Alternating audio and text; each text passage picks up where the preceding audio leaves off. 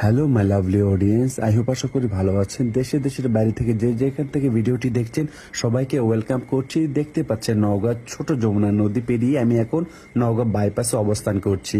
সারিবদ্ধ তাল গাছ, সত্যি কথা এই দৃশ্য একমাত্র নিয়ামতপুর ঘুকুডাঙ্গা কিন্তু দেখা যায়। দৃশ্যটি কেমন লাগছে অবশ্যই জানাবেন। পাশে দেখতে পাচ্ছেন সবুজ ধান ক্ষেত, তার পাশে জেলেরা মাছ ধরছে। এই দৃশ্যটি মূলত আমি দেখার জন্য আসছি নওগাঁ থেকে।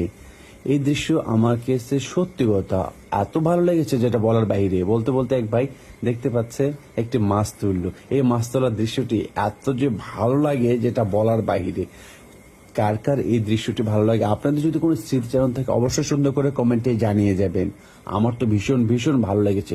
বলতে বলতে দেখতে পাচ্ছেন এক ভাই সেই তেলাপিয়া মাছটিকে তুলতেছে।